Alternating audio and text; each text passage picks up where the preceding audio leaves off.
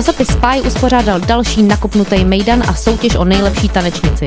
Jaká kočka to nejvíce rozjela a jak se bavila Hanka Mašlíková, která se ujala moderování? Jak se tady cítíš? Hele, tě ten bar uchvátil na poprvé, když jsem tady byla, proto jak jsem říkala, chci tady udělat i svůj křest kalendáře.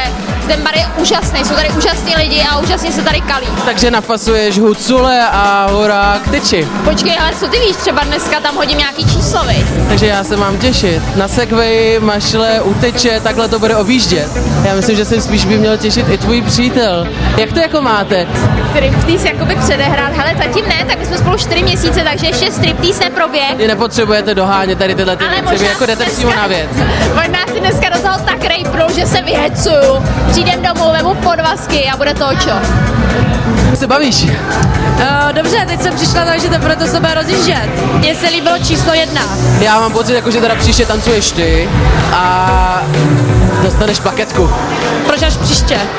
OK, dobře, takže jdeme na to. Gratuluju, Dianko, k vítězství v soutěži, jak jsi se připravovala? No, připravovala jsem se chvilku, ale teda sice úplně na jinou písničku. Písničku jsem v podstatě měla úplně jinou, ale dopadlo to stejně dobře. Co ty a Bulvár? A víš co, já, jak jsem řekla na začátku, když jsem začala moderovat akci, Spy je jeden z mála časopisů, který se dá číst a který opravdu píše pravdu. A asi kdybych neměla na chleba, tak si prostě půjdu pro Spy, opravdu. Přísahám, čestně. Trošku z tebe respekt a strach.